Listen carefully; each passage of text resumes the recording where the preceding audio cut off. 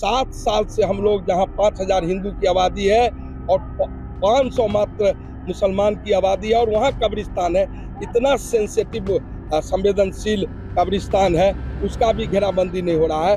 7 साल से तो हम 10 प्रश्न किए हैं, फौजकीपुर, जफरा, यानी जहाँ की 6-6 हजार हिंदू है, 200 मुसलमान है, और वहाँ कब्रिस्तान 4 कट्ठे 5 कट्ठे के है।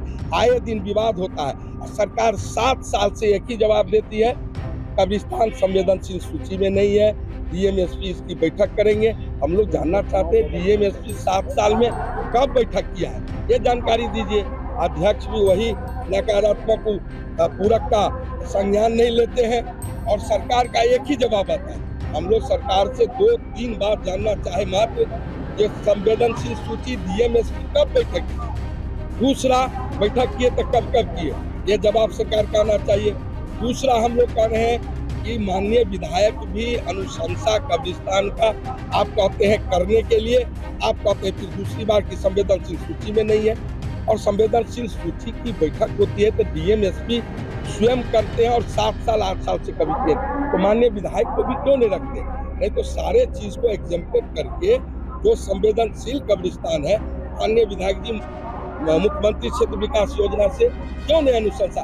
इसी 2-3 सवाल है। माननीय आज भी वीरेंद्र गुप्ता जी का था, सरजीत जी का था, मेरा भी प्रश्न देखे होंगे 3 दिन पहले था। तो इस तरह से सैकड़ों कब्रिस्तान पर प्रश्न आता है, एक ही जवाब आता है, सरकार का कोई निराकरण नहीं। 7 साल की जिक्र कर रहे हैं, आप लोग सरकार में थे, आपके नेता उप मुख्यमंत्री थे, अब देखिए चेयर पर जो बैठता है, हमारे नेता उप मुख्यमंत्री हैं या नहीं है, या थे या नहीं थे, जो सीटिंग हम भी मंत्री थे, हम जवाब दे नहीं है उसके लिए कल का। आज जब जो सीटिंग पर चेयर है उसको रिस्पॉन्सिबिलिटी होती है, उसको जवाब देना पड़ता है। कब्रिस्तान के घेराबंदी के सवाल को कोई विधायक क्यों सवाल करता है, जब उनके इलाके में कब्रिस्तान के सवाल को लेकर के सांप्रदायिक तनाव पैदा होता है, और इस तरह के तनाव पैदा जो है किए जा रहे हैं। और इसीलिए सरकार जो पॉलिसी बनाई थी कि सरकार खुद कब्रिस्तान की घेराबंदी कराएगी, लेकिन सरकार से जब जवाब किया जाता है कि अमुक कब्रिस्तान की घेराबंदी क्यों नहीं किया गया, उस पर कई जगह पर तो CWJC भी है और कई जगह पर कई मुकदमे भी चल रहे हैं, तो इसका जवाब सरकार देने के बजाय मुकरना चाहती है, और वो सीधे तौर पर कहती है कि डीएम और एसपी के नेतृत्व में जो है संवेदनशील कब्रिस्तानों का सूची तैयार की जाएगी, जो बिल्कुल गलत है। डीएम और एसपी पीछे 5 साल से कोई, जहां हम भी 4 साल 4.5 साल हो गए, कोई अभी तक सूची तैयार नहीं किया है।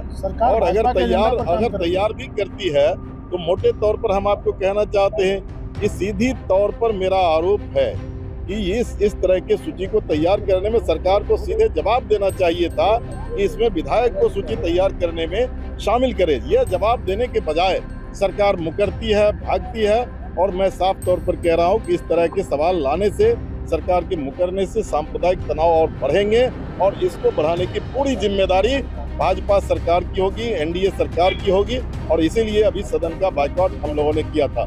इस सवाल को लेकर के हाई कोर्ट तक मुकदमे चले और हाई कोर्ट ने फिर उसको जिला प्रशासन के पास भेज दिया है। और इस स्थिति में ये सरकार जो कह रही है कि हम जो है कब्रिस्तानों की घेराबंदी के मामले में जो जिला के एसपी और डीएम की जो कमेटी है वो जो आपको तय करती है उसके आधार पर करते हैं। तो हमने सवाल किया सीधे तौर पे कि भाई आप डीएम और एसपी जो हैं, जो मुकदमे किसी कब्रिस्तान को लेकर के हुए, जो विवाद हुए, उसको, उस कब्रिस्तान को क्यों नहीं संवेदनशील मानते हैं डीएम और एसपी, उसकी कमेटी क्यों नहीं मानती है? और यदि वो लोग नहीं कर रहे हैं तो सरकार उनको निर्देशित करे, लेकिन सरकार उनको निर्देशित नहीं कर रही है। लग रहा है कि डीएम और एसपी ही सरकार से ऊपर हो गए हैं।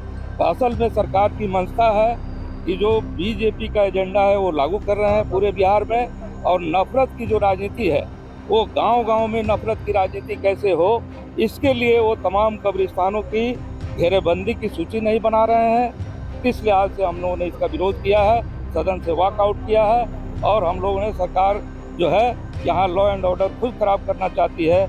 आपने होली के समय में देखा कि कैसे 25 से ज़्यादा मौतें हुई है विवादों में। तो ये सरकार खुद बिहार में जो है तरह तरह के तनाव और हिंसा का वातावरण बनाए हुए है। ये पूरी सरकार की गलत नीति है, इसका पूरा जनता विरोध कर रही है। आज हम लोग भी सदन से सांप्रदायिक जो उसकी नफरत की राजनीति है उसका हमने विरोध किया और कब्रिस्तानों की घेराबंदी की सूची में कब्रिस्तानों को शामिल किया जाए, हम लोग ये मांग कर रहे हैं।